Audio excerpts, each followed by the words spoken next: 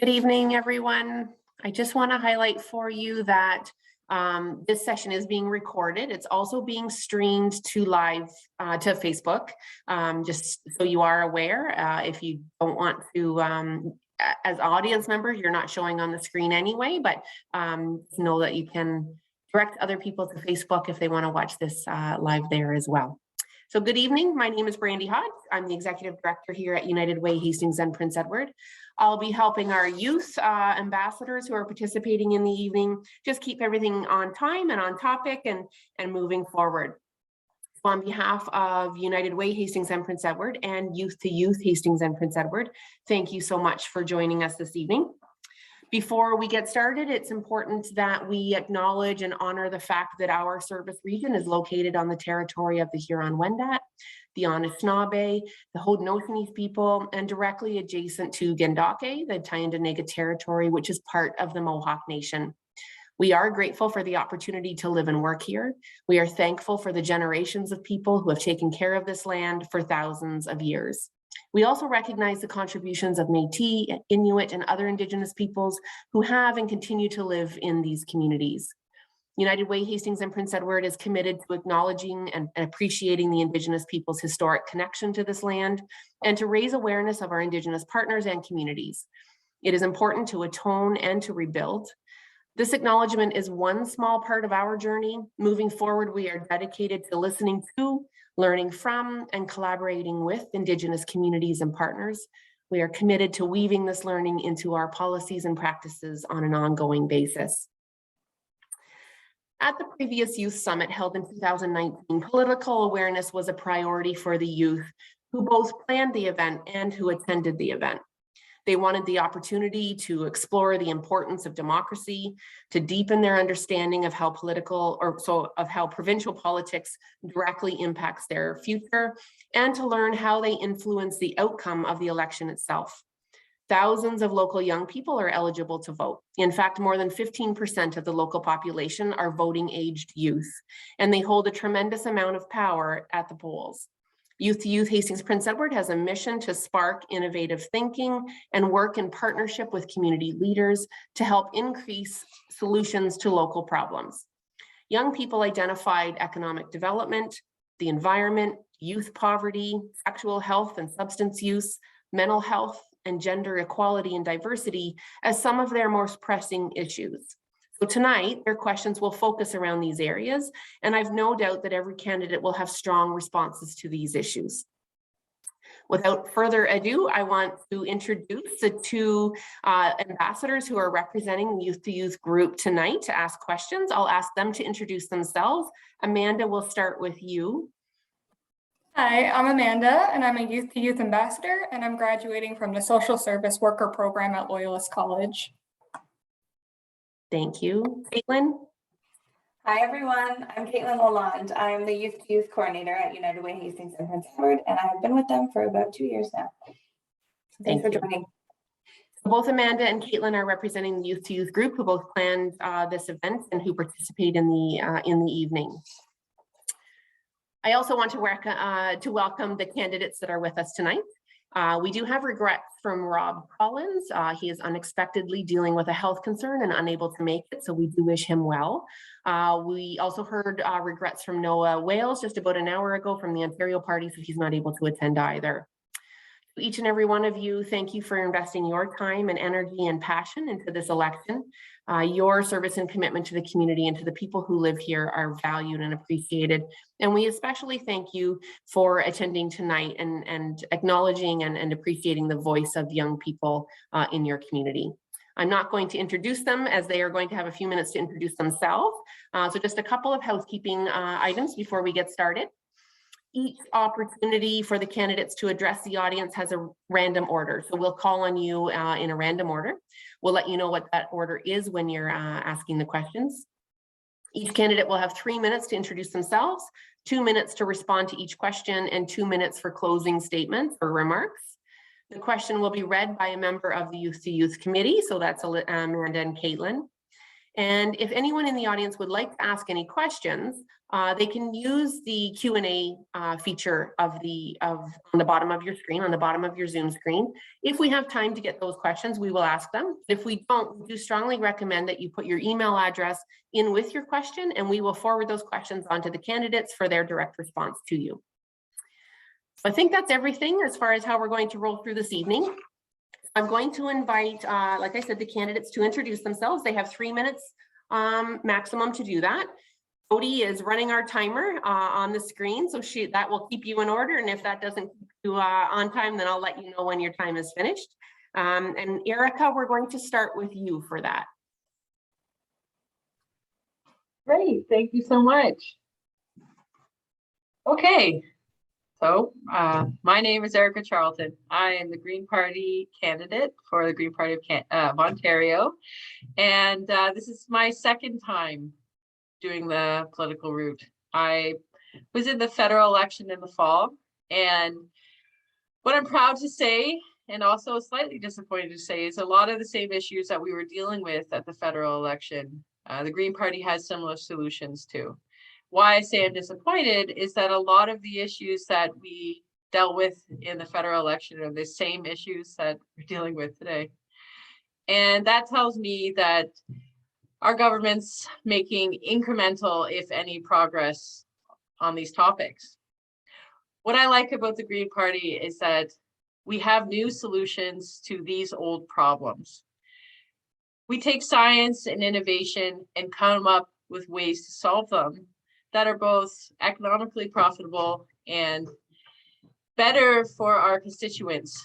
We want a better quality of life for everyone, specifically for the Bay of Quinte, because I grew up here, and I'm dedicated to making sure that not only do our kids and grandkids have the same opportunities that I did growing up, but that there is an opportunity for them.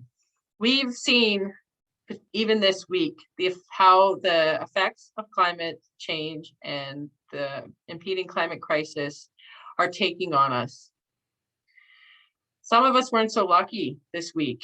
And the reality is that as we come to deal with more extreme and frequent weather situations like the one we had, things are going to get more difficult to recover from. So the steps that we make today directly affect our future. And I got to say, the Green Party of Ontario has a lot of hope. We want to establish communities. We want to look for green technology opportunities. And we want to do it together, making sure that at our foundation, Ontario is being taken care of. We have a great leader in Queen's Park right now. His name is Mike Schreiner. And when you look at the Ontario leaders, I want you to really consider what he has to say. Ontario needs real leadership. As we've seen in the past couple of years, a lack of communication and leadership has created more diverse situations and more conflict between individuals. Please go to the GPO website and look at our roadmap to net zero so we can do this together. Thank you. Thank you, Erica. Emily, you're up next. Thank you so much, Brandy, and thank you to Jody and Caitlin and my fellow Youth to Youth Ambassador Amanda, and to everyone who's watching us online. We're here to discuss youth tonight, and dare I say, potentially one of my favorite topics in terms of a potential debate theme. So thank you again to all the youth that are here. I myself am here situated just over the bridge from the United Way headquarters. I'm here in Rossmore, Ontario. So I do also want to acknowledge that I'm on the land of the Huron-Wendat, the Anishinaabe, and the Haudenosaunee peoples. And it truly is a pleasure to share this virtual space as your candidate in the Bay of Quinte for the Ontario Liberal Party with my fellow candidates who are joining us, and of course to those who wish they could be here. I was first nominated of over 500 days ago now, and I not only really wanted to champion the youth voice, but all voices that needed to be heard in the Bay of Quinte. But to the point raised earlier, there are a very large amount of youth who are voting in this election, perhaps even for the first time. And when the Ontario Liberal Party had approached me and other youth to focus on our ready to lead strategy, as it were, the youth strategy, looking to recruit 30 youth under 30, I really wanted to jump in the ring again, not only to champion youth voices, but all voices that were focused on equity, the environment, entrepreneurship, and education. In terms of my educational path, I grew up in Frankfurt. I attended L'École Secondaire Marc Garneau. For those who might know, the French school in Trenton. You may have played a sport or two there. I played volleyball there, and I benefited from very small class sizes. I graduated with a bilingual diploma and a high skills major in health. And I really wanted to go to U Ottawa at first. I was set on going out to the University of Ottawa, but something told me I wanted to stick to my roots, stay here in the Bay of Quinte. And I also, of course, was considering the affordability of college versus university tuition, for example. So I did end up going to Loyalist College. I took an advanced diploma at Loyalist, and I was lucky enough to have a significant portion of my expenditures or my tuition covered by OSAP when I enrolled in 2015.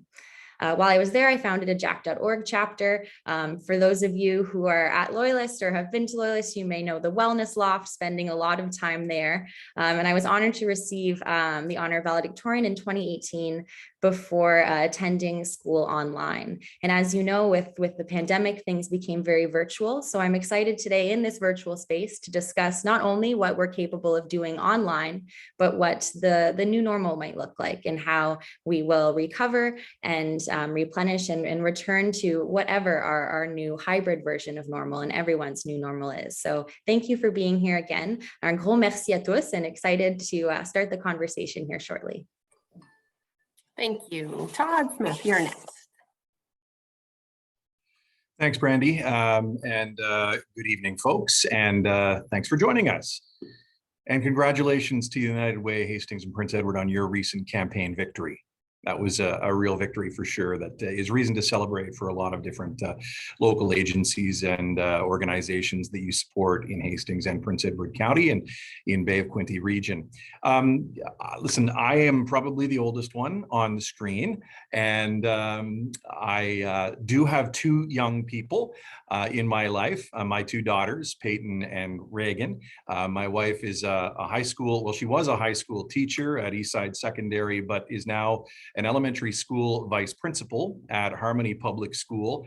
And so I get to hear a lot about what the young people are up to through my wife and through my daughters, because obviously they're living the life of our local youth ambassadors as well and experiencing a lot of the same things.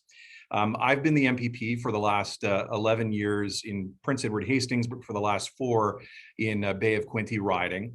And certainly we are focused on ensuring that there are a lot of opportunities for young people in our area. I graduated from Loyalist College, not as recently as Emily. It was a couple of years back, but I took the radio broadcast journalism program at Loyalist College. And Loyalist College is small, but it's mighty. That's not exactly the phrase that they're using now to market themselves, but they really are a small college that offers big opportunities. And we have to ensure that we're utilizing that college as much as we can to ensure that young people have the opportunities to have full-time jobs and be able to afford houses in our region and have a life here in this region with a great job and a good paycheck. So over the last number of years, we've made a lot of significant investments at Loyalist College. They have the accelerated personal support worker program there at Loyalist now, which is so essential to being able to staff our long-term care facilities, our hospitals, and our home care that we need in the area. But we also have 3-year degrees now at Loyalist, and I know the folks at the college are really excited about the opportunity that this will enable for young people to stay close to home and learn and then work in our region. We have a standalone nursing school there as well now, meaning that we're training 300 nurses per year at Loyalist College. I know we're going to have a lot of opportunity here tonight to talk about key issues, but really what it comes down to for me is being able to deliver results for the Bay of Quinte riding. You know, whether it's new infrastructure like new hospitals or new long-term care homes or new highways and bridges and you know, the various supports that we need for local agencies. That's really what it's all about for me, but look forward to the conversation tonight. Thanks, Todd. And Allison, sorry. I read your last name, Allison. The curse of the two first names. Yes. Hi, good evening. I'm Alison Kelly. I am a mom. I am a school board trustee with the public school board, and I sit on a number of boards, including the Rock and PEC Youth Center. So to say I'm deeply committed to youth empowerment would be an understatement. Thank you to United Way and to Youth to inviting me to share space with you tonight. Now, tonight's debate isn't like any other debates we've been attending, and that's because it's specifically around youth and with youth participants watching, which is so exciting. And what some viewers may not know about the United Way and Youth to Youth is that they fundraise and distribute grants to local charities, many which serve underserved and at-risk youth. So these are youth who are dealing with mental health, addictions, poverty, homelessness, youth who are involved in the justice system.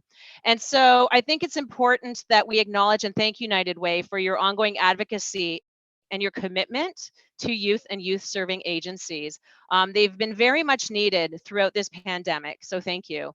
I'm running because things have become really difficult in our community and over the past 4 years. And things could have been easier and safer if ethical leadership was involved.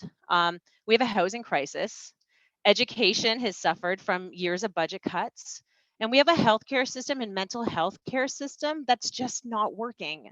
And as we know, as Erica mentioned, we have a climate crisis, which is being ignored. So for me, this election is to show youth that you can have a government that actually focuses on the things that are important to you. And we can start fixing those things. You can have a government that values you and wants to hear from you. The NDP is about putting people first. Our vision is rooted in affordability, equity, and justice. And we have a commitment to a just transition, which promises nobody, no community, no youth will be left behind. Tonight, I will highlight parts of our platform that puts you first. We need a fundamental efforts made towards fixing things that can make things easier for you, whether it's making sure your drugs are covered, your health care, your vision care, your dental. We want to make sure you feel that your priorities and your needs are being met. And my intention is for you to know a little bit more about me and how I've contributed to our community with such advocacy that are important to folks, such as affordable housing, youth safety and well-being, and menstrual health. And my hope is to convince you that I, Alison Kelly, is best fitted to represent you and your needs over the next 4 years. Thank you, Brandy. Thank you, Allison. Okay, we're going to turn it over to Amanda, and she's going to ask the first question, and then she'll also let you know which order you're going to answer that question with. Amanda? Thank you. So this first question is regarding the cost of living. Inflation has increased the cost of all basic needs of life, including food, housing, and gas, causing many youth, individuals, and family incredible hardships. High cost of rent, lack of housing supply, and the fact that the purchase of first-time home is completely out of reach for many locally is making it hard for youth and others in our community to see their way to a better future. In November of 2021, the Ontario Living Wage Network calculated the living wage in our community as $17.95 per hour. What are you and your party prepared to do to manage the affordable housing crisis and help individuals and families afford basic necessities?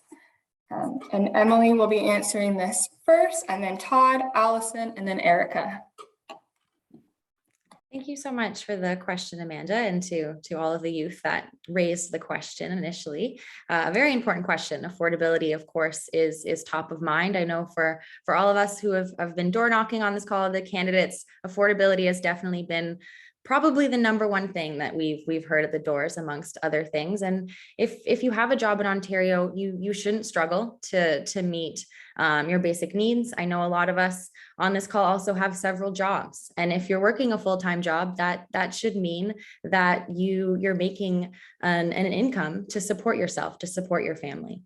But of course, that isn't the case. Now, one of the things we're going to do is implement that living wage, and it's going to be a regional living wage. So based on every single riding, we will take into account what the livable regional wage is. So for our riding, it would look like $18 an hour, but allowing us also then to add other solutions to the table. The Ontario Liberal Party have signed what we called the affordability pledge. For example, we want to slash transit fares to $1. So if you're taking municipal transit, of course, ridership has been down. We talked about the climate crisis. We need to increase our ridership and ensure that we're increasing not only accessibility, but the ability to take public transit by reducing that fare to $1. That means also if you want to jump on a GO train to get into Toronto, instead of driving there, it would be $1 instead of the $14.25, for example, from Oshawa to Union Station. And we also want to tackle the housing crisis in a number of ways, and I hope we get into this later. But one of the biggest things that I want to touch on is re-implementing rent control. It was scrapped. We need to re-implement it in order for youth to not only save, for example, a down payment, but quite literally just to afford life and to get by. So affordability, very much top of mind. Great question. Thank you again. And regional living wage is something I'm excited to implement. Thank you.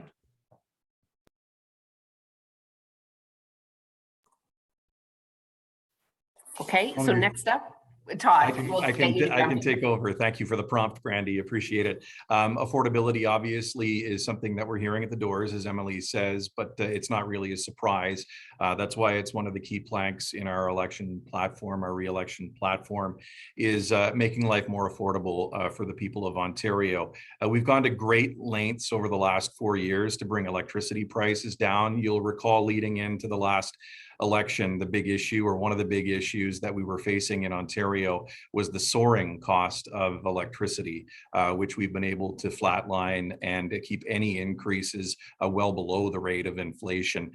Certainly when it comes to gas prices, we want to do our part there as well. We fought the carbon tax because we believe there are better ways to fight climate change than rising costs at gasoline pumps and really everywhere, including the grocery store. And maybe we'll get into that a little bit later on, but we have taken tangible steps to reduce carbon emissions in Ontario, and I'll talk about those a little bit later. But we intend to cut the price at the pumps by 5.7 cents a liter starting on July the 1st for 6 months. And then hopefully the situation in Ukraine will have eased somewhat. And it was actually kind of nice. Whoever would have thought that $1.94 at the pumps would be nice, but given where we were a couple of weeks ago at 209 at the pumps, it is kind of nice to see we are where we are. We also scrapped the driver's license plate fees and returned those fees. Those will no longer be a part of life in Ontario. So that was a nice refund for a lot of people in a way that we could give back without the federal government or oil companies increasing the prices at the pumps. So a lot of people are feeling like that. When it comes to affordable housing, and again, I hope we have longer to talk about this, but we have to build more housing of all types, and that includes rental housing. Anything that's in the pre-existing rental stock right now is covered by rent control, but we need to build more, and we're seeing record community housing being built at this time. Thank you, Todd. Next up is Allison. Yes, thank you, Amanda. License plate stickers don't help non-drivers. It lacks equity. So I do want to flag that. The NDP, we will help you save money because we're going to stand up to big oil and cap gas prices.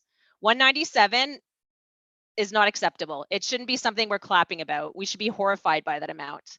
We're going to make sure that you are looked after for dental care, mental health care, and pharmacare with your OHIP card. It shouldn't cost you money. It should just be something that is part of basic health. We're going to cut auto insurance rate by 40% a year, and that's going to save the average driver $660. We're going to end rent evictions. We're going to bring back rent control, and we're going to end vacancy decontrol so that landlords can't hike the rent between tenants. We're going to help first-time owners buy a home by giving them 10% of the purchase price for their down payment. And, you know, we're hearing that about, where am I here? Minimum wage. Yes. We're going to raise the minimum wage by $1 every year until 2006, when it'll be $20 an hour. Now, we don't need to waste time developing a living wage because we know what it is. It's $20. The NDP will raise that for you. We're not going to do studies. We're going to do it. You know, I've spoken to many youth in my community who are currently concerned because they don't know how long they're going to be living in their house. They're just waiting for an eviction letter to come, and their whole family is going to be completely displaced. And that was happening during the pandemic. So we're going to ensure that in health crisis, you can't be evicted from your home. You need to know you have a safe place to stay at night and not think about where you're going to end up. Thank you. Thank you, Allison. And next up is Erica. Great, thank you so much. Thank you, Allison. The cost of living, especially for our youth, represents a problem for most Canadians in that housing, transit, and inflation are our biggest costs. When you go to the grocery stores or any store in general, you're going to see that prices are higher. If we want to effectively reduce the cost of living for our residents, we're going to have to tackle those issues simultaneously. This is where I like the Green Party's idea of a 15-minute community. Places where you can work, live, and play within a 15-minute walk, bike ride, or transit ride. So it's going to require a lot from us. First, we're going to put up 182,000 affordable housing units so people can have a place to live, rental units. In addition, we want to put up 69,000 supportive housing units to make sure that we can get as many people off the streets and into a comfortable place to live right away. We also want to put up community housing units with the help of the federal government. We want to electrify our transit so that everybody can get around town, inside and outside of town, making it better opportunity for rural residents to get around. But really, the only way that we're going to tackle inflation is by keeping our monies within the communities. We're going to do that by supporting small business and helping farmers get from field to table by breaking down barriers. The more empowerment we can give to our citizens, the more affordable life will be able to be. If they can find housing where near they work, and they can get things like daycare for when they do want to enter the workforce. These are top priorities. By increasing the minimum wage immediately to $16, we'll be able to level the playing field. In addition, we want to top that amount up for cities where life is more or less affordable. Thank you. Thank you, everyone. We are going to move to question 2 on human equity. And Todd, we're going to start with you. So youth believe that there's still a lot of work to be done in creating communities that are truly equitable, inclusive, and diverse, where the contributions and perspectives from people who are Indigenous, people who are part of the LGBTQ2S+ and BIPOC communities, women and newcomers to our community, including international students, are valued and respected. How will you and your party protect and advance human equity in Ontario?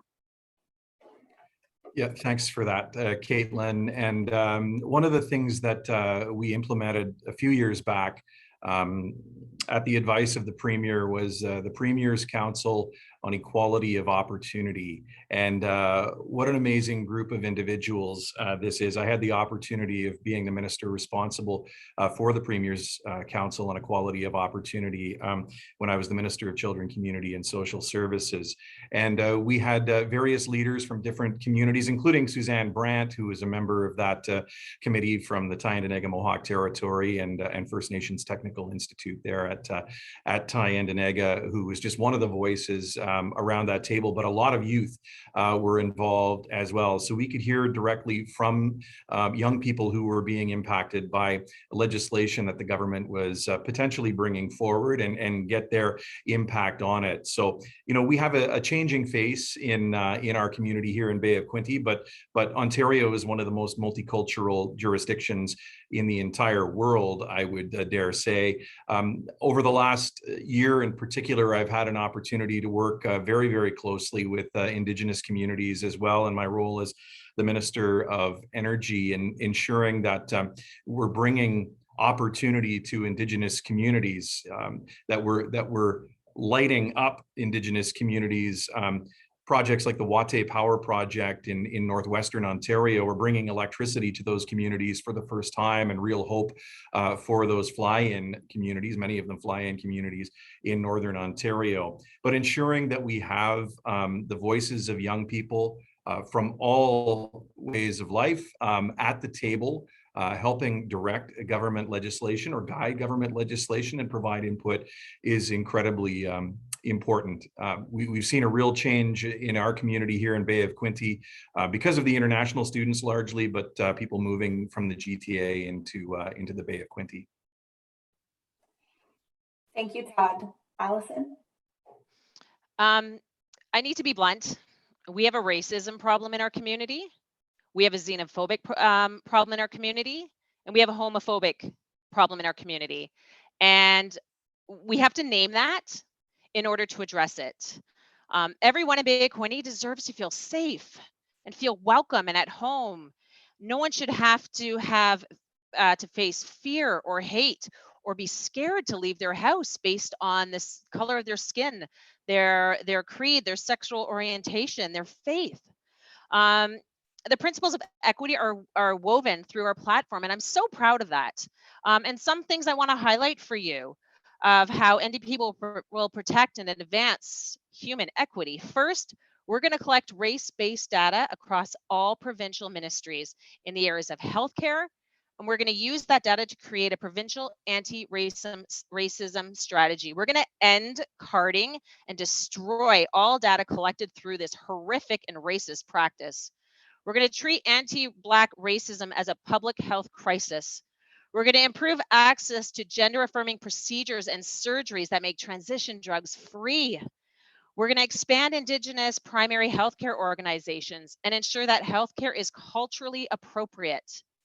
We're going to amend the Education Act to address racism and discrimination and make sure Ontario's school curriculum appropriately reflects Indigenous experiences and histories and boast funding for Indigenous language education. As a trustee for the past 3 years, I have spent that entire time advocating for change through the lens of equity. And it's been very hard because people don't like change. But the reality is we have youth in our community who are not feeling welcome, and we need to do better. We need to address systemic racism through our policies. Thank you. Thank you, Allison. Erica? Thank you. And again, thank you, Allison. Green Party of Ontario is committed to protecting and advancing human equity. We're going to address racism in schools by implementing a standard reporting for incidents. We're going to monitor the recruitment and retention of staff in our schools that reflects Ontario's diversity. We're going to establish clearly visible all-gendered bathrooms. And we're going to update the curriculum. It was a mistake to change it. Let's be real. So we need to be able to have informed discussions in our classrooms, specifically about anti-Black racism, anti-Muslim racism, and 2S LGBTQIA plus prejudice. We're going to restore the curriculum for Indigenous communities, funding that was taken away. And we're going to modify the current curriculum so that it covers a broader spectrum of topics that include colonialism, residential schools, treaties, Indigenous histories, and experience. Allison was right. We do have a racism problem, and by tucking it under the carpet, we're never going to deal with it. It needs to be addressed full on, and we need to know that everybody here and everybody out there is in this together. We're not going to address the climate crisis by being divided. Thank you. Thank you, Erica. Emily? Thank you, Caitlin, and to everyone for shedding light on very important and topics, but truth, and for being truthful. So thank you for that. And it's so imperative that we focus on equity, but also intersectionality, because there are so many facets to everyone's lives that we really need to focus on.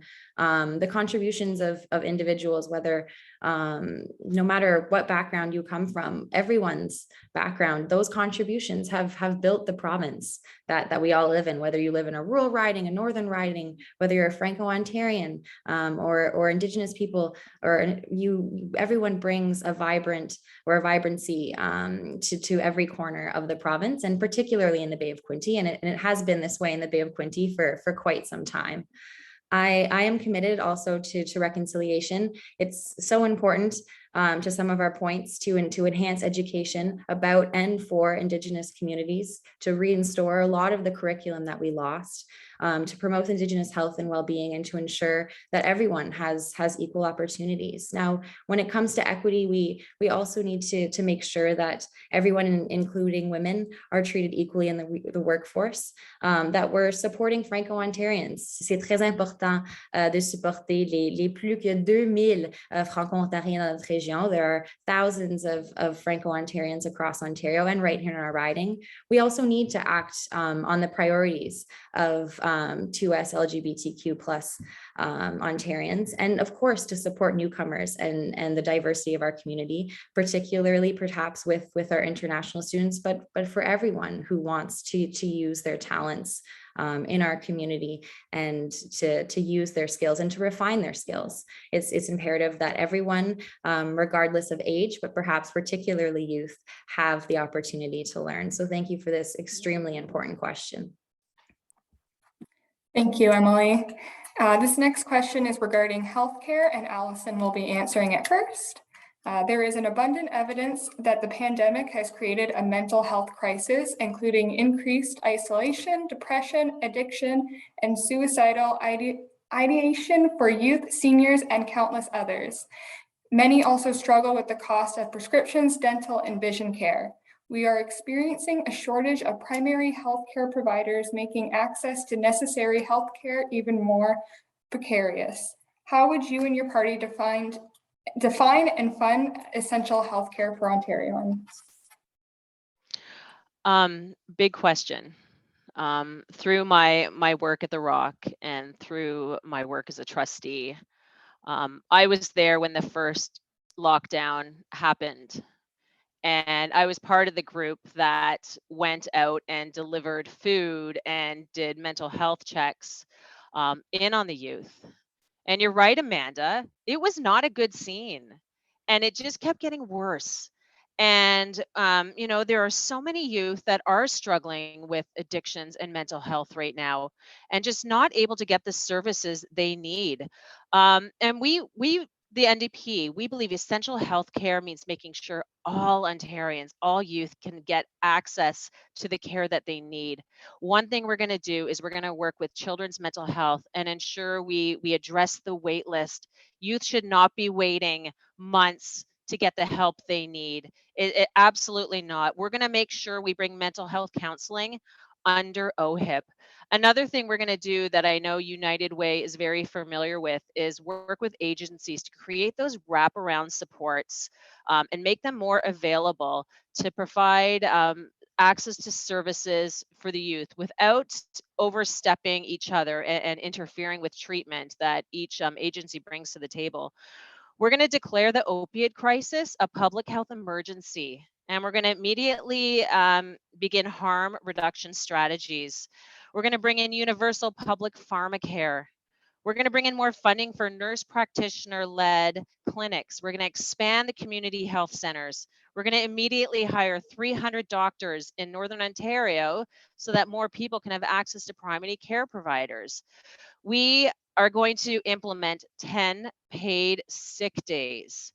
And, I just want to give shout out, Amanda. I know you're doing a lot of work with youth, so thank you. It's so important.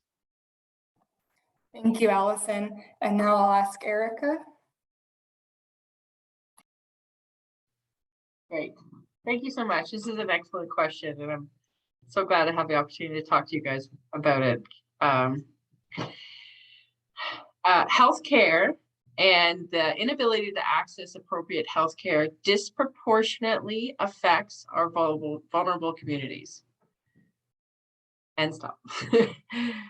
Pharmacare, dental care, and mental health services fall under those categories. When we can't provide the funding for those areas, they cause the most damage long-term.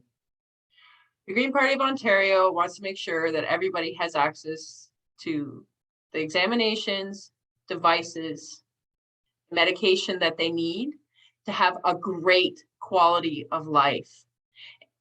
Not only does this provide an opportunity for more people living in Ontario to thrive, it also alleviates the pressure later off of our healthcare system when people are attending the emergency doors to get the services that they need. The Green Party of Ontario wants to prioritize mental health by giving it 7% of our budget and completely funding mental health services under the OHIP banner. We know that our kids were the most dramatically affected by the pandemic for their mental health. Not only did they have to deal with their own mental health, but the mental health of their parents and their family members who are also dealing with the stress of the pandemic. That's why we want to reduce the wait times for our kids to 30 days so that we don't have youth slipping through the cracks and turning to alternative ways to relieve themselves of the pressure. Green Party of Ontario will do that. Thanks. Thank you, Erica. And next up is Emily. Thank you, Amanda. Again, a very important question. As a mental health advocate and speakerjack.org, you may have heard me say this before, but I think it's a really important stat to get out there that while 1 in 5 of our youth will at any point in time struggle with their mental health in any given year, only 1 in 4 will get help. And that's not acceptable. And it's something that we absolutely need to change, because when you do have a loved one or you yourself are sick or are not feeling well, whether it be physically or mentally, nothing else should or nothing else often does matter, or it's hard to even think about any other thing. But so many of us, so many of the people that have been taking care of us in the last while haven't been taking care of themselves. So I'm really proud that the Ontario Liberal Plan not only prioritizes our mental health, but also the mental health of our nurses, our doctors, and our mental health practitioners. Another thing that's really imperative is that we bring more doctors and nurses into our riding. So for anyone who is looking to complete their medical school or their nursing degree or their nursing diploma, we are looking to pay for tuition for those who will come back to rural ridings. You don't necessarily have to study in a rural riding. Of course, we would love to see as many Loyalist College students benefiting from new programs there. But that's a really important piece of our plan, because no matter where we live, it's so important that we do have access. Now, unfortunately, during the pandemic, we have seen cuts, not only to health, but specifically to mental health. And it's important that we reinstate a lot of the supports that we have lost, and that we add additional supports, because we know that our healthcare practitioners have been extremely overstretched. And on that note, the last thing I want to touch on is we will repeal Bill 124. There is no reason for our healthcare heroes, amongst others, especially women in various fields, there's no reason for a 1% cap to exist. Thank you. Thank you, Emily. Up next is Todd. Thanks, Amanda. We're continuing to invest record amounts in healthcare, and that includes in mental health. Both the provincial and federal government have committed to a $3.8 billion budget increase to mental health over the next 10 years. And, Premier Ford and our team have a standalone minister responsible for mental health. That's Michael Tabolo, who has actually brought forward a roadmap to wellness, which we're implementing in the province right now, so that all people can access mental health when they need it. And we've seen record investments when it comes to mental health. There's still a lot more to do, obviously, but I think the most important thing that we can do is have a plan to stay open. We should not close again. We know a lot more about COVID-19 than we did previously. And we've been spending record amounts of money making sure that Health Human Resources are on the way, be it in the form of accelerated PSW programs like the one at Loyalist, or the standalone nursing program where 300 nurses every year are going to be graduating from Loyalist College, or the expansion of the medical school at Queen's University, which will see 50 additional doctors graduating from Queen's, and all of the medical schools across Ontario are going to be seeing expanded spaces as well. Most important thing that we can do is continue to ensure that reinforcements are on the way, because if we have more doctors, if we have more nurses, if we have more PSWs, then we won't have to go into a lockdown again, because keep in mind, the reason that we had lockdowns in the first place was to protect our hospital capacity. So we've been building that hospital capacity over the last 2 years, adding over 3,000 beds, including many here in the Quinte region, so that we can ensure our economy, our schools, and our way of life remains open, and we get people the support that they need. Thank you. Thank you, everyone. We will move on to question 4. This is about the environment. As youth, we recognize the importance of being environmentally friendly as individuals ourselves. However, we also want to hear what big companies are doing to protect the environment. Will you and your party hold the companies and corporations that are negatively impacting the environment accountable? What policies or incentives will you incorporate to protect the environment? And we are going to start with Erica. Well, thank you so much. Raring to go for this question. Because when we talk about the climate crisis, whose future are we talking about? Sorry, Todd, but it's the youth. It's their future that is on the line by the decisions that we make today. And you talked about the carbon tax and the negative impacts of how much it's going to cost. It's not costing big corporation families as much as it will be big corporations, and that's the priority here, because at the end of the day, we will not be able to buy our way out of the climate crisis regardless of how much money we save today at the gas pumps. This is our reality. We need immediate action right now, and the Green Party of Ontario doesn't back down from these big challenges. Because what will it cost you or your parents when insurance companies stopped covering wind damage or flood damage? Because the frequency of our extreme weather events is happening so much, it's not worth their time anymore, because that truthfully might happen, as scary as that sounds. What we're going to do is increase the carbon tax, $25 per ton, until it reaches $300 per ton by 2032.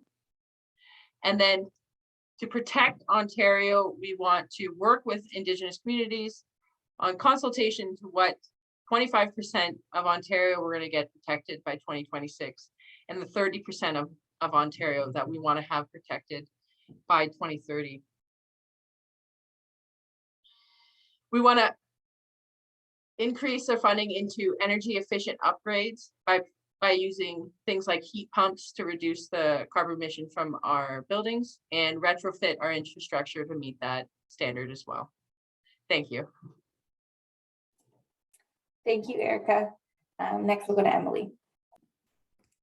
Thank you so much for the question. And Erica, thank you for being so passionate about the environment. I definitely share your spirit, and it energizes me to hear you talk about climate action, because it is so important. And it is here now, and the climate crisis, unfortunately, will be here to stay if we don't do anything about it.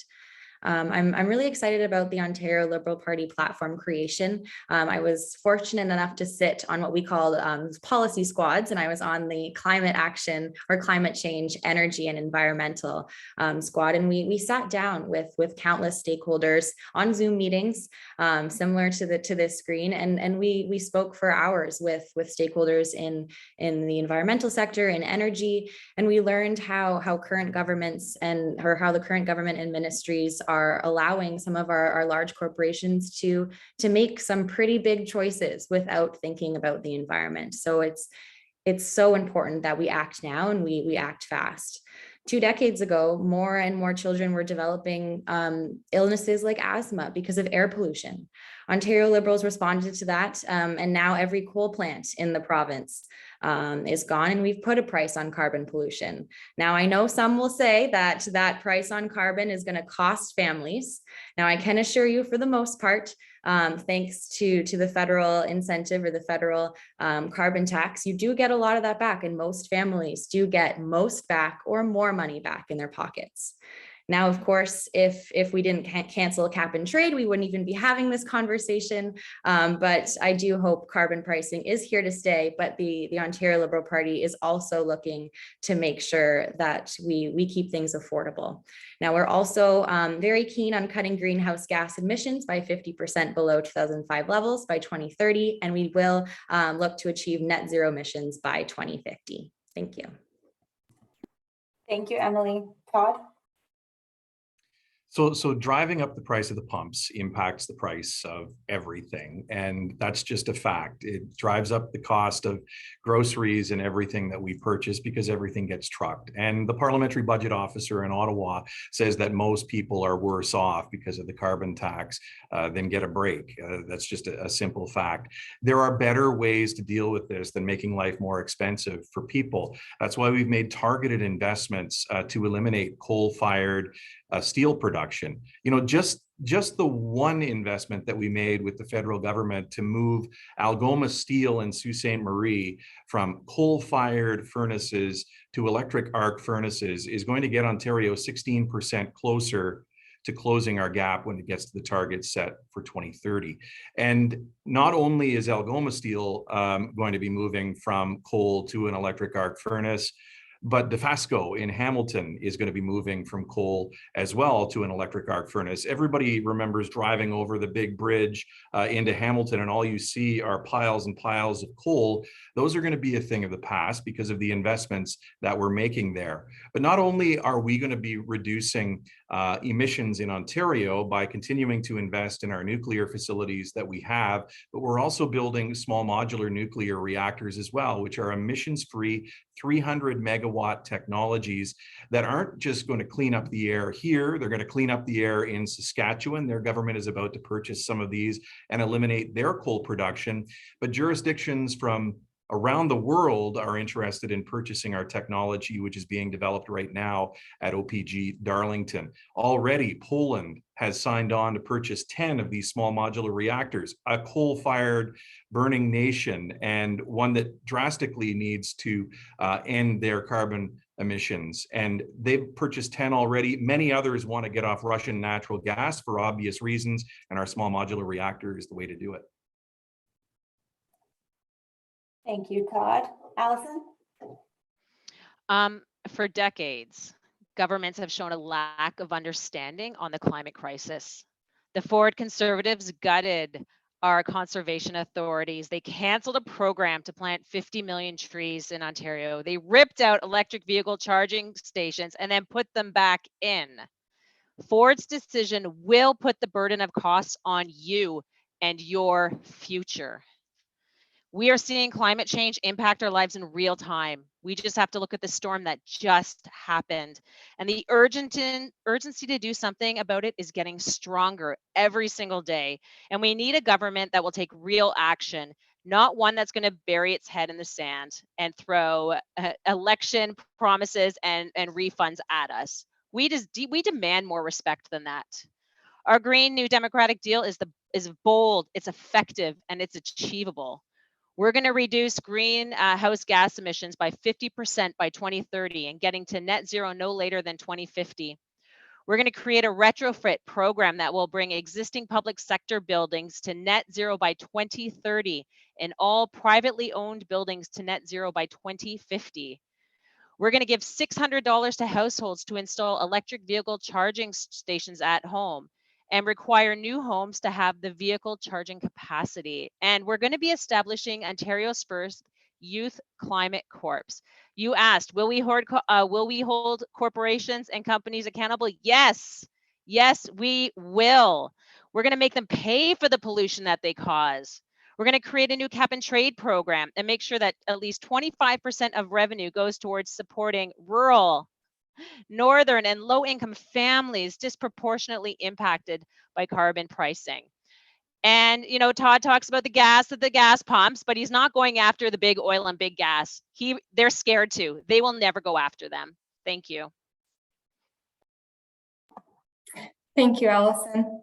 This last question is regarding the curriculum. Both Youth to Youth and United Way HPE have heard from youth themselves as well as service providers about the gap created by the lack of comprehensive sex education and healthy relationship education in the school system. How would you and your party address this identified need? And I will ask Emily to go first. Thank you. Thank you so much for this last question before we hopefully open it up to the crowd. And thank you for moderating with Caitlin. It was a pleasure to attend the last Youth to Youth meeting, or the last Youth to Youth summit, sorry, I should say, when this topic came up in so many of our workshops and so many of our sessions. And I hope to have some great conversations surrounding this topic on June 3rd at the next summit. But I think what's so important about this question is not only do we talk about healthy, or not only are we talking about sexual education, we're also talking about healthy relationships, as I think, unfortunately, for a very long time, it's perhaps been omitted from curriculum. And that's something that I very much do want to champion, as it's often something that comes up. Now, when it comes to our current curriculum, we have to update. We have to reinstate a lot of the things we've lost, but we also do have to update to add more French, diverse, modern languages, and of course, more Indigenous languages throughout our curriculum. We also do need to ensure that to us LGBTQ plus young people feel welcome and supported in schools, not only by including, of course, and affirming updated curriculum, but also by making sure that we're funding community centers, health organizations, and other groups that serve every single community that's part of the Bay of Quinte. As part of the updated curriculum, we'll of course bring back the Indigenous lesson plans, as we've mentioned before, that the Ford Conservatives did cut, and we will make those mandatory, including making sure we're reviewing the painful history of Ontario's residential schools. It's so important that we include as much of this as possible, but also recognize that we do have a lot of learning gaps here in Ontario due to the pandemic, and that's why we'll also be reinstating an optional grade 13 should students need some extra time or want some extra time to learn about these very important things, along with mental health courses and financial literacy. Thank you. Thank you, Emily. And now I will pass it along to Allison. Yes, thank you. I think it's important to note that students already have an option to stay a fifth year. So I'm not sure what the OSA bringing back grade 13 will do. It's already an amazing opportunity already available to our students. So Todd might recall, and it's because of Todd I'm actually here tonight, because in 2018, I had a meeting with Mr. Smith, and we talked about the sexual education and health curriculum.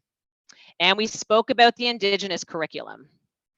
And I walked out of that office so disrespected and so angry as a parent, because you completely disregarded genuine concerns that I had.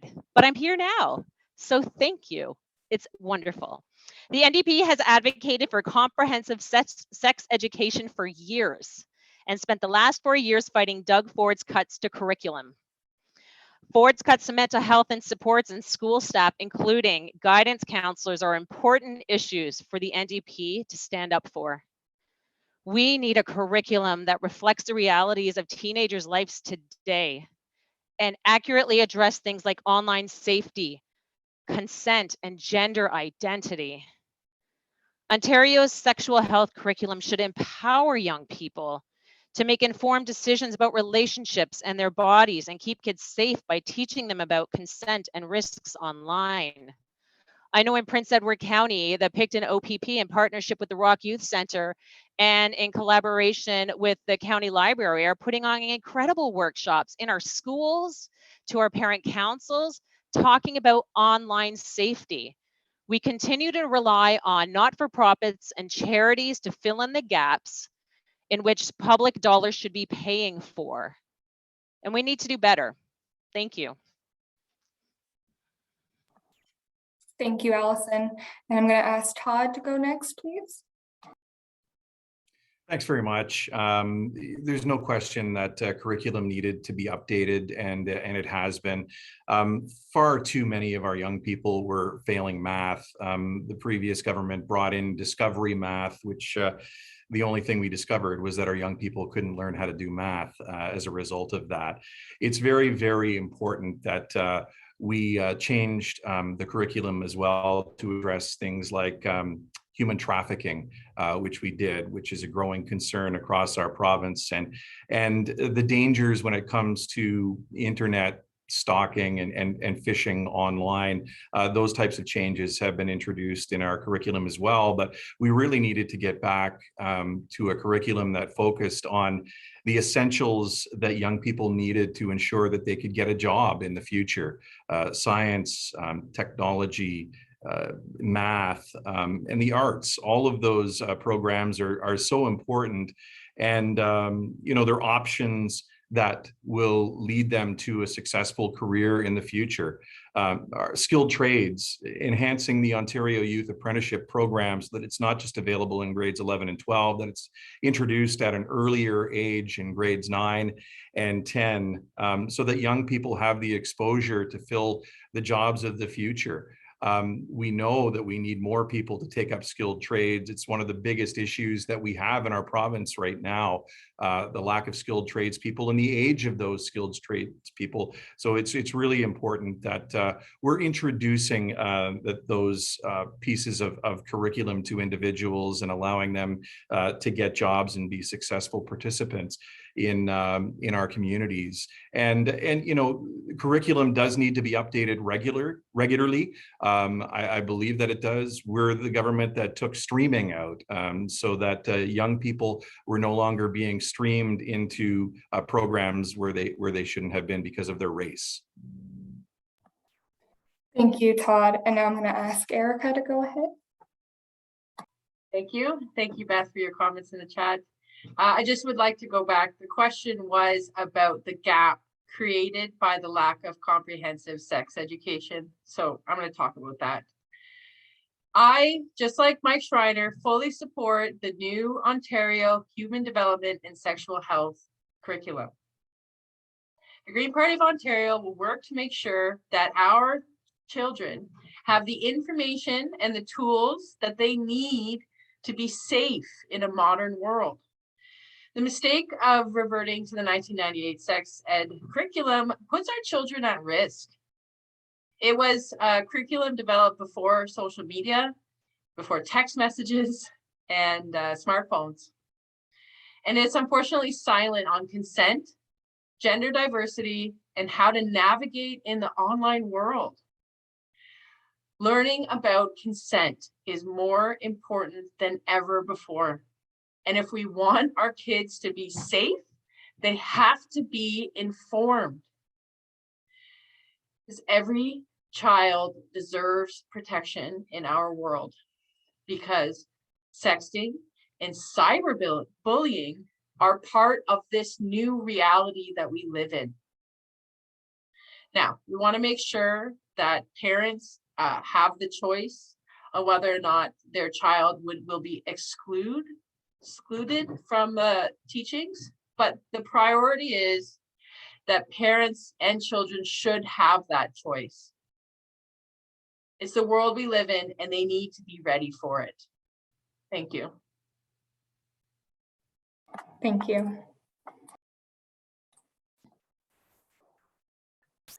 Thank you very much for answering those 5 questions.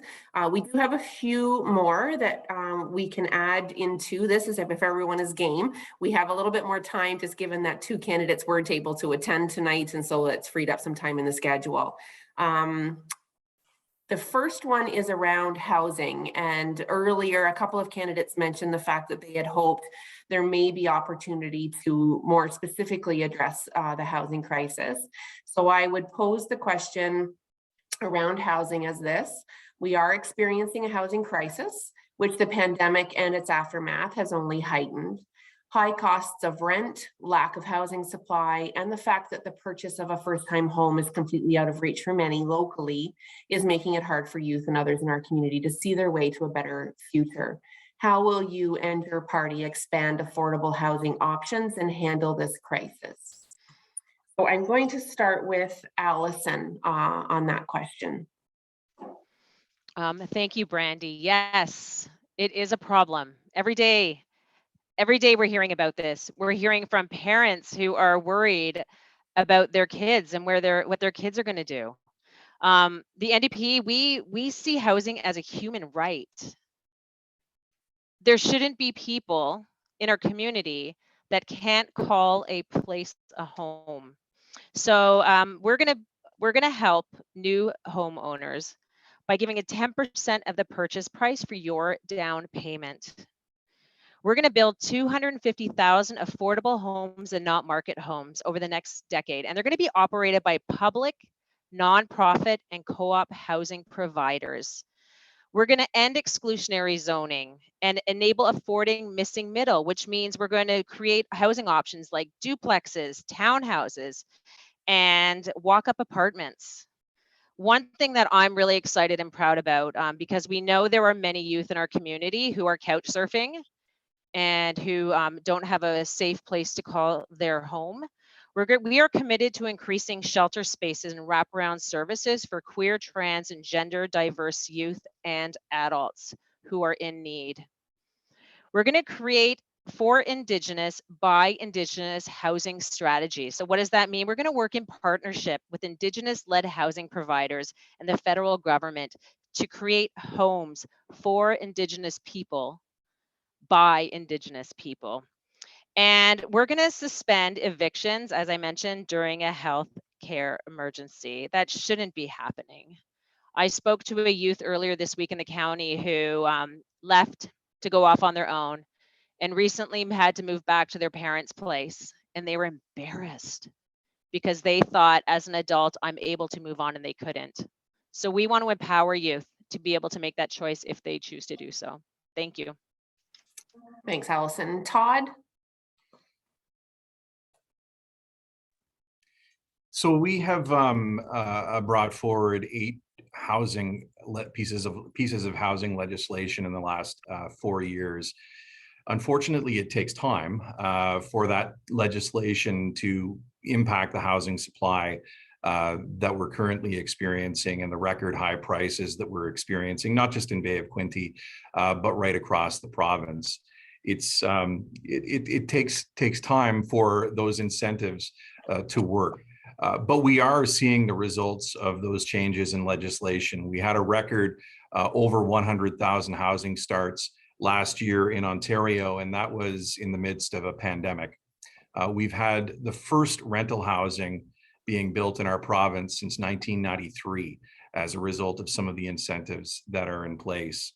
We've invested $3 billion in the Social Services Relief Fund, and I know a lot of the agencies that that United Way Hastings Prince Edward supports has also benefited from that social services relief funding. But what it also allows is for community housing to be built in Bay of Quinte, and we're encouraging municipalities to work with developers to bring forward shovel-ready projects so we can see places like Home for Good and many others in our community being built. Streamlining regulations to ensure that we can build homes faster. At the request of municipalities where warranted, ministerial zoning orders have allowed for buildings of all types to go up faster. Things like rental housing, community housing, affordable housing, long-term care homes, all of those are so important to meeting the needs in our community. We've brought forward all of this legislation so we can solve the housing crisis, but unlike the tulips in your front garden, they don't just pop up that quickly. We have to build them, and that's why we need more skilled tradespeople. Thank you, Todd. Erica? Thank you, and thank you for giving me the opportunity to elaborate on this topic. As Green Party of Ontario has been dubbed on having a masterclass affordable housing strategy. One more time, I'd like you to reference this in the GPO website under our roadmap to net zero. Because like the NDP, the Green Party of Ontario believes that houses are for families and persons and not businesses, not for speculation. Because everyone deserves a place to live. We want to bring the government back to the table to discuss nonprofit, co-op, and co-funding opportunities. We want to usurp zoning changes to get more duplexes and triplexes and quadplexes and secondary streets, suites set up so everyone has a place to live, multifamily units. We want to reinstate rent control. And we want to deter people from short-term rental accommodations like Airbnb, where we want to register and regulate short-term accommodations, just like we do with hotels. We want to initiate a hospitality tax for these unseen services, and a multiple home speculation tax, and an empty home tax, so that we can fund these projects to get people into homes. So I'd like to go back to say that our promise is to put up 182,000 affordable rental units and 26,000 community housing units to make sure that these promises are fulfilled.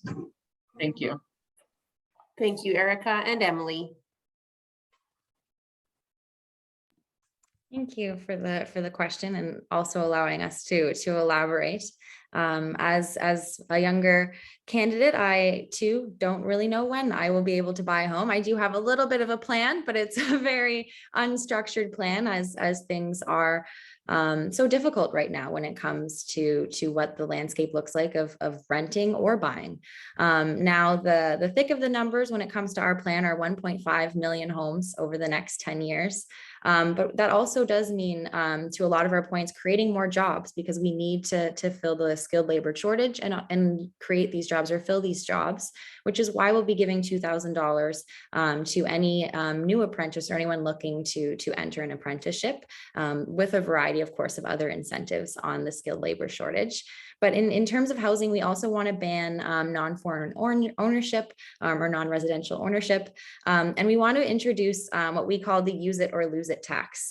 So making sure that developers that are sitting on land can't do that, or aren't going to just be waiting and speculating for those prices to go up. A lot of those people may be along Highway 413, but there also are a lot of speculators, or a lot of speculation right here in our riding. So that's something to Erica's point, that we do need to combat. We also want to ensure condo flippers pay appropriate taxes, of course, less prevalent in our riding. And we are going to establish the Ontario Home Building Corporation to finance and build much needed affordable homes, but also look at a logistical framework for renting to own, realizing that a lot of individuals may find themselves in a situation where that might make sense, or it's something they want to explore, but it's very cumbersome, or it can be difficult to explore that, especially as perhaps a first-time home buyer or a youth looking to explore rent to home or renting to home ownership options. And on that note, we will also reinstate rent control. It was scrapped and we will reinstate it.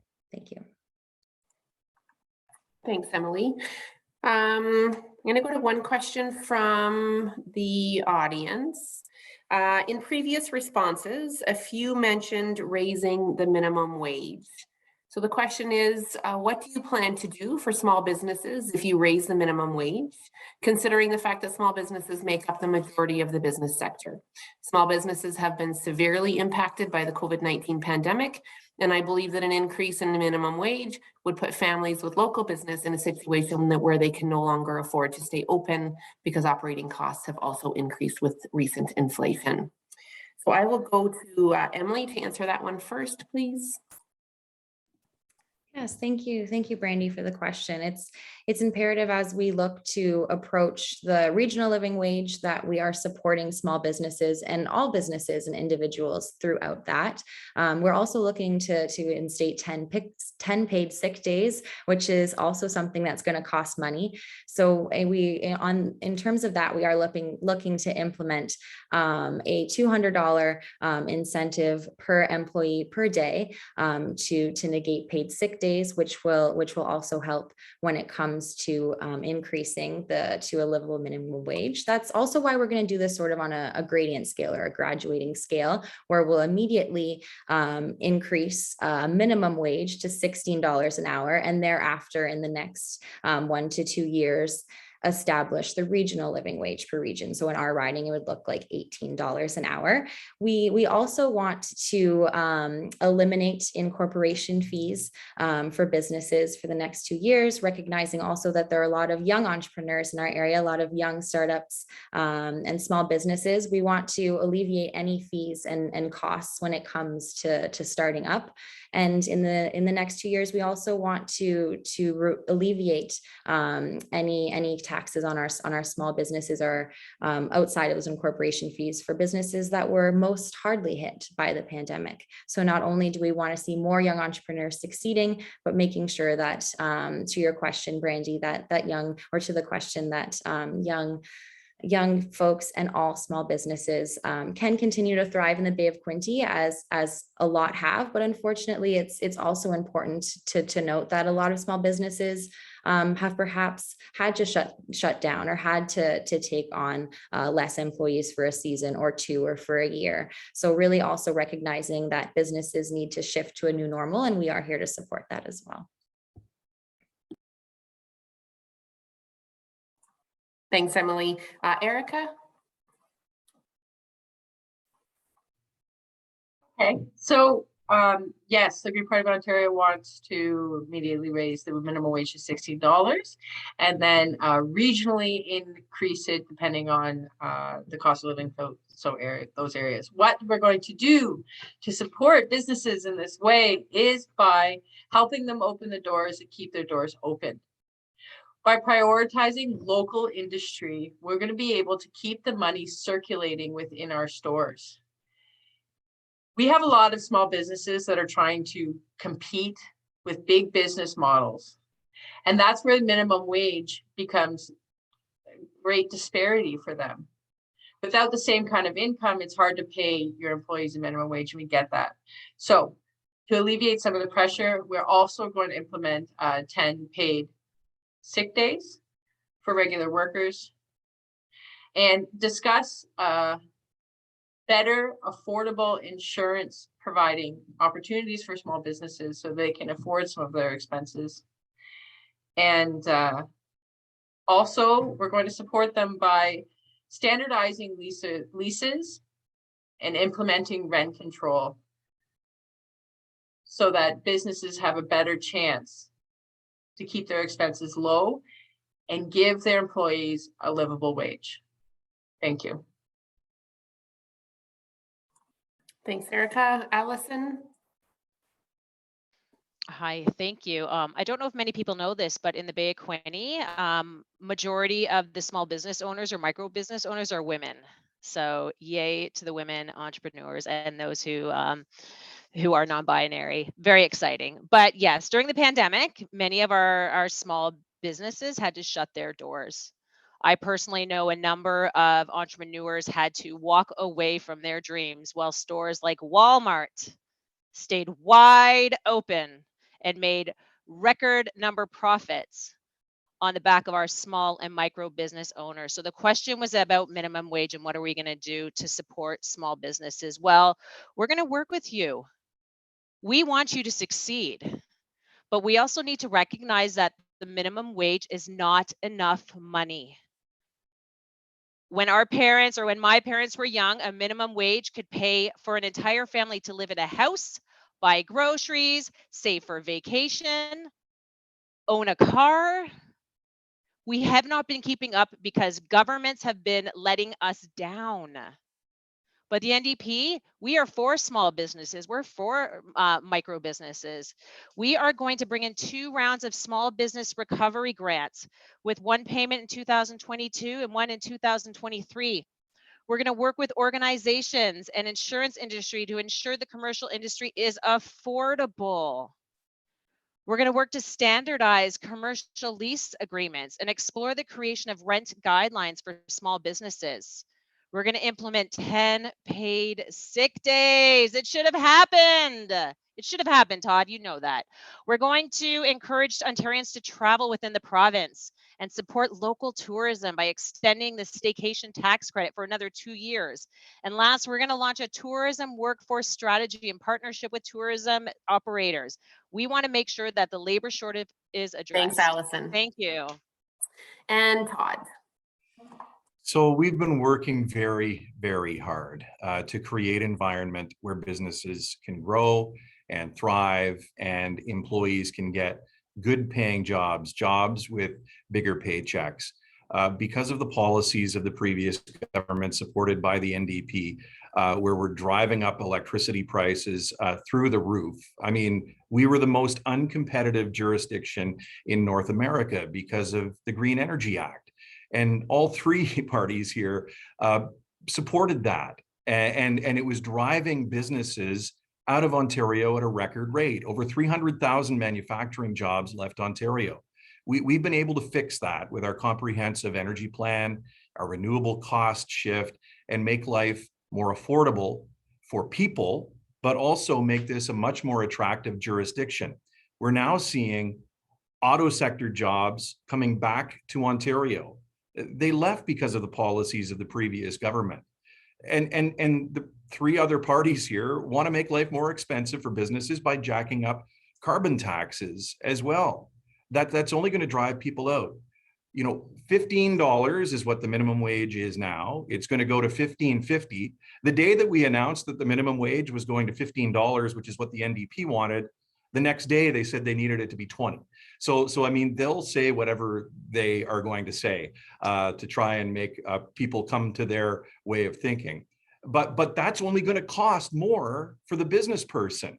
What we're trying to do is drop the cost of doing business in Ontario so that more people can be hired, more jobs can be created, and we're ensuring that they get the training that they need to fill those jobs. You know, with the skills development funds that we've been rolling out across Ontario in various forms, in various sectors, we're actually working towards filling the empty jobs that already exist, but we're creating hundreds of thousands of more jobs in Ontario with bigger paychecks. Thanks, Todd. I think we have one more question that we can fit in, and then we'll move to closing statements. So for anyone who did make to ask a question in either the chat box or in the Q&A, please, as I mentioned at the beginning of this, put your email address in. We will forward your question to the candidates and they can opt to answer you directly. So this will be the last question, and then we'll move to closing statements. So I'm going to try and blend 2 questions into this, 2 different suggestions that we've had from the audience. The first one came from Facebook Live. And the question is this: the mental health of youth and young adults has been negatively impacted during the pandemic. A growing number of youth are reluctant or fearful to engage in education, employment, and training. There's great need to have more quality, inclusive, fun, youth-friendly spaces to attract and engage youth to connect with each other, as well as caring adults in the community. What commitment would you make to fund such youth programs? And then in addition to that, there was also a question that probably goes along the same lines as how will you fund the Ontario Autism Program so that all can benefit and shorten the wait list? So very much around programming that supports people in the community. So I'm going to start with Erica for that question, please. So I'm going to address the autism portion of this question first, because we know that that wait list has almost doubled, particularly since somebody got in office. So we're going to address that wait list by increasing the core services capacity of the OAP program of autism providers, and get as many families into the program as quickly as possible. So just like there. And as for the first part of this question, I really want to take this opportunity to address something that I've been thinking about a lot lately, in that I really want to be, the big thing I do in my life is to get a community center for the Bay of Quinte area that does exactly what we're talking about.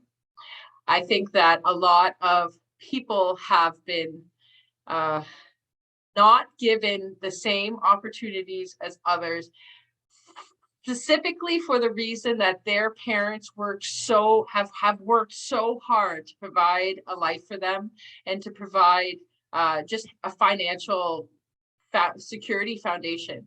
And so I'm going to formally say that this is going to happen. I'm going to make it happen. We're going to build a community center together where people have access to learn fundamentals of life that are being stripped away from them, and diluting our community, like how to garden and how to cook and how to maybe play an instrument or have engaging conversations with the people around them, or how to be politically active and what that looks like, how to vote. Supportive services to get people engaged and build back the communities that we've lost by forcing everyone to work so hard to get by. And that's what I gotta say. Thanks, Erica. Emily? Thank you for the question. I too want to address the autism portion of the question first. We know that services have been reformed many times over the last decade. There have been mistakes. I am willing to say, yes, there have been mistakes prior to the last 4 years. However, we know that a lot of the mistakes were revolving around age caps and things that I do hope to change as soon as we take office. We also, though, do want to establish an independent review of services and document separate from the government through our own or a separate review panel, because it's time that the community takes hold of this issue, as everyone is well aware. We were at, I believe, 46,000 students or children waiting for services when I was lucky enough to protest with families outside here in the city of Belleville, outside of the plaza, where there was a sign for a very short period of time. And now we're at 53,000, over 53,000 in less than a year. This absolutely needs to change. Erica, I hope to join you in that community center build. That sounds like something or somewhere I definitely would want to be. So thank you for that vision. And the Ontario Liberal Party is committed to providing opportunities to youth. And as a youth myself, and as one of the youngest candidates running, or one of the candidates youngest running here in the Bay of Quinte, I can't say the youngest any longer. And also as one of the younger candidates running in Ontario, I want to represent a voice for youth. And I hope to have the opportunity to represent the voice of youth, because not only have our services been cut. Mental health services for everyone need reform, especially those who are taking care of us as youth and as everyone. So thank you for this important question. Thanks, Emily. Todd? So thanks for the question. When it comes to youth centers, certainly they need more support.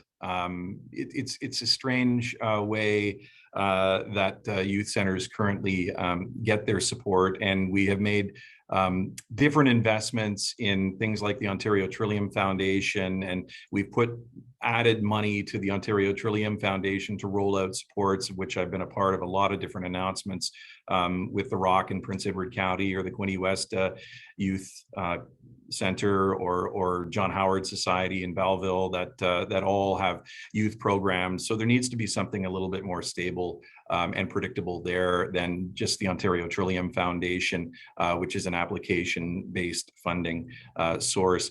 When it comes to the Ontario Autism Program, this has been a tough file for 20 years. And so what we did was take the time to meet with the community and develop a plan. And that plan is now in action. The previous government's plan only served 8,500 different children.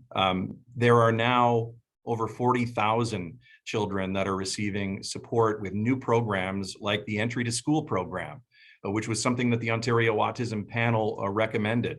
Foundational Family Services, it's a brand new program that's available. Every child, every family can access Foundational Family Services now. There's urgent response, which is something that we heard from families who were in crisis. That is now up and running. That's a program available through the Ontario Autism Program. Early intervention is a key piece as well.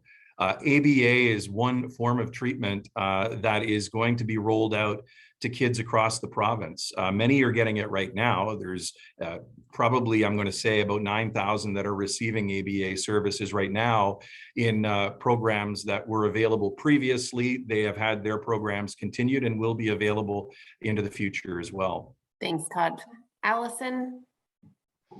Thank you. I'm going to start with the autism. As Minister of Children, Community and Social Services, Todd Smith was in charge with bringing in needs-based assistance and funding to children on the autism spectrum. Your government promised families a fully implemented program by April 2020, and you failed to deliver. In 2019, your government changed the way it pays for autism treatment to try and eliminate the wait list. The measures reduced the average amount families were paid, and it only was because of major public backlash. You announced you would create a needs-based program starting the next year. That second attempt, a new needs-based funding model, was criticized by advocates for placing funding caps on services a child can receive regardless of their needs. The Ontario NDP, we are going to ensure it's clinicians and parents who decide what services children receive, not the government. We're going to make AOP fully needs-based. There's going to be no caps. It's going to be based on needs, not the age, with care following individuals as they age. We're going to work with people with autism, families, caregivers, and experts to recognize the broad diversity of the autism spectrum and ensure everyone receives supports and therapies they need to thrive. And I'm so happy you brought up the Ontario Trillium with the Rock, because the past governments have absolutely been tremendous in working with the Rock. But we were denied funding last year when we wanted to build a brand new, revisioned youth development center during a pandemic. We were going to create something fantastic, and we still will. And I say we because I sit on the board of directors, and we fiercely care for youth. We start with $0 every year, and with the help of organizations like United Way and other funding opportunities, we are going to thrive because we have kids who want the world, and we're going to give it to them. Thank you. Thank you all for participating in those questions. Like I said, we will take some of the questions that we've received from through the chat, through the Q&A, and off of Facebook Live. We'll send them to you along with the respondents or the askers' email address, and then we'll trust that you'll follow up with them to answer those questions. We do have time for closing statements from each of you, again in random order, and then after that we'll pass it off to Caitlin for some final remarks and thank you. So thank you so much for your participation tonight. For final remarks, we're going to start with Todd. Sorry, how long? 2 minutes? Okay, thanks.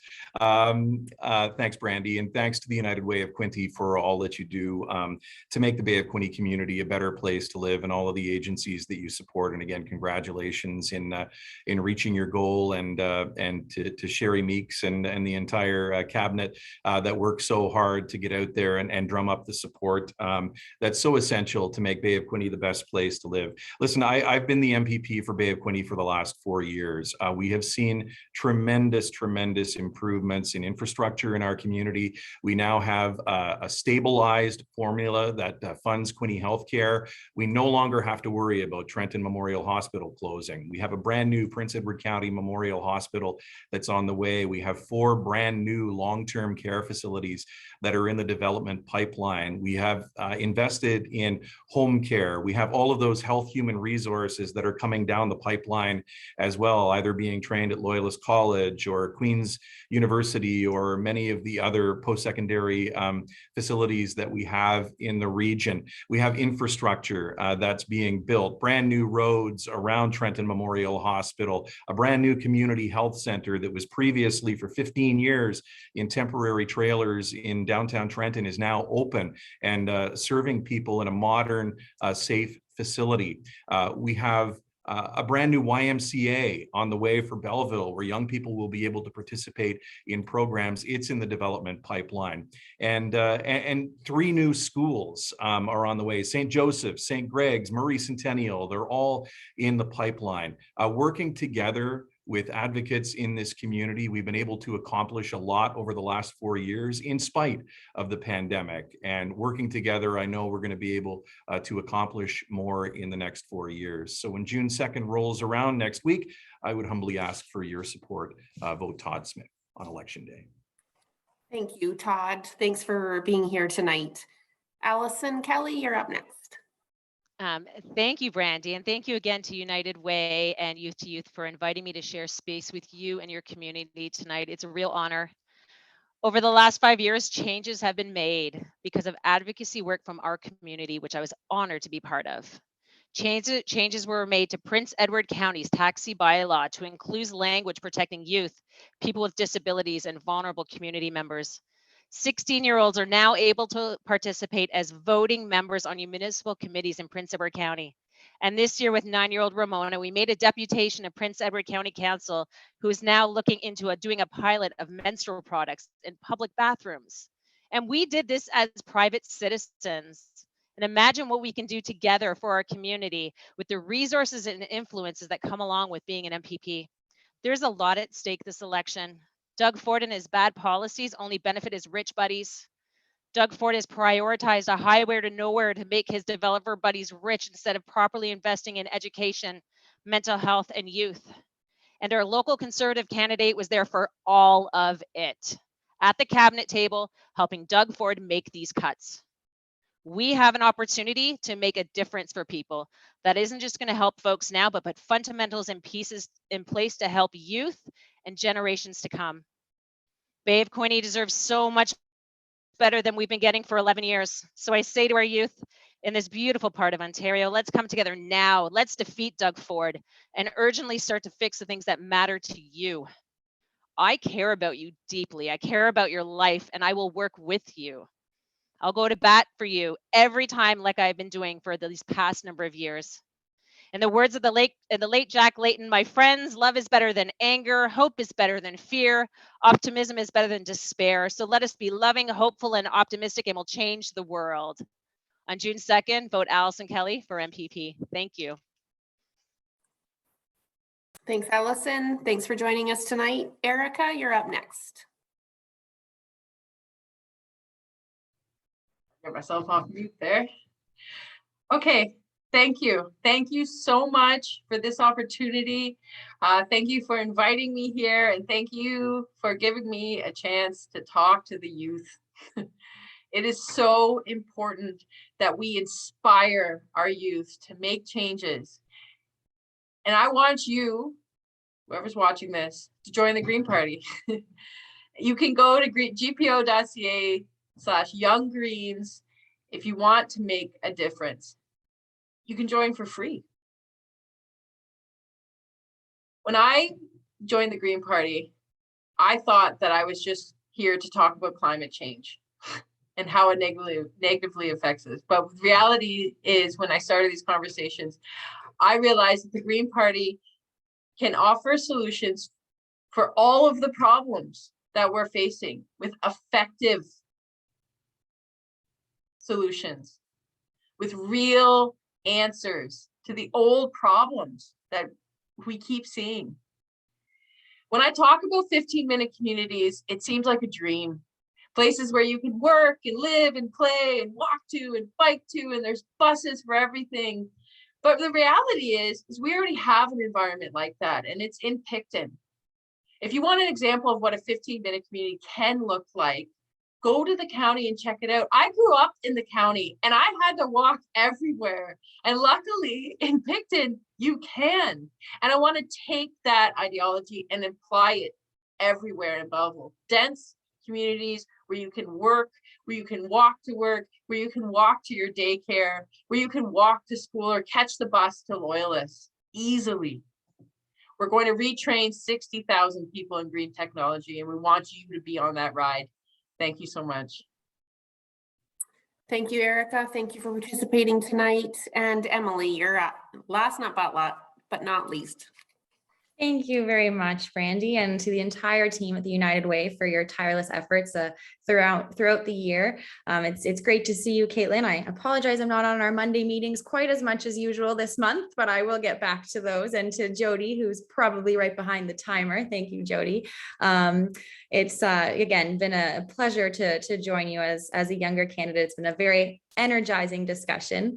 Now, it used to be that if you worked hard and played by the rules in Ontario, that the province had your back, or so I'm told. But as youth, we know that supports haven't quite kept up with the times. Now, in the last 4 years, Ford and the Conservatives have made a lot of wrong choices when it comes to our youth and to everyone. Now we can keep rewarding the richest 0.2%, or we can ask them to fight against poverty as well against climate change, and make sure that no one is left behind, especially our youth.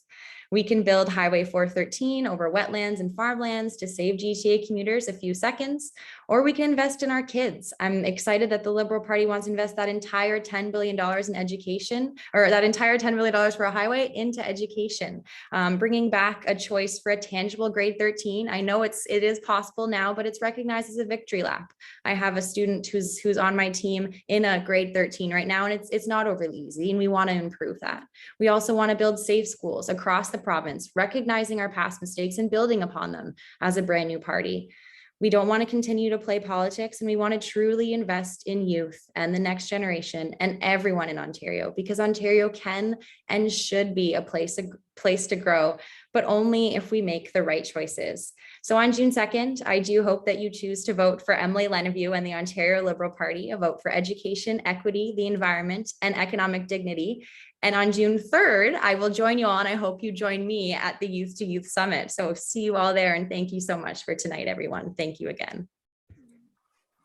Thank you, Emily. Thanks for participating tonight, and I'll turn it over to Caitlin for final remarks. Thank you, Brandy, and thank you everyone for your closing statements. I just want to thank you, Erica, Emily, Allison, and Todd, for joining us tonight and sharing your strong and passionate responses to our questions. It's been great.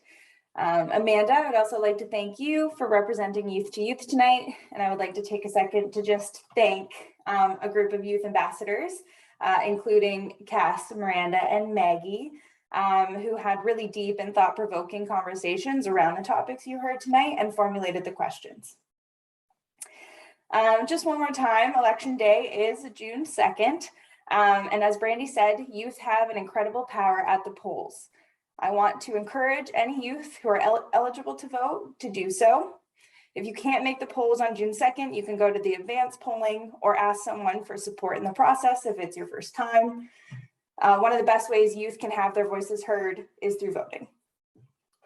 And finally, as Emily mentioned, I would just like to take a moment to share the Youth to Youth Summit, which is happening the day after, Friday, June 3rd. Registration is open for that. I'm going to put a link to our website in the chat. It is for youth 15 plus in the Hastings and Prince Edward area. It is a day for youth, by youth, and it's filled with meaningful engagement, fun activities, learning opportunities, and much more. Transportation and lunch is also provided. So please feel free to register for that. Registration is open until pretty much June 2nd. So please register. And thank you to our audience for joining us and watching. I hope all of you have a lovely rest of your evening. Thank you again. Bye, everyone. Good night. Thank you very much.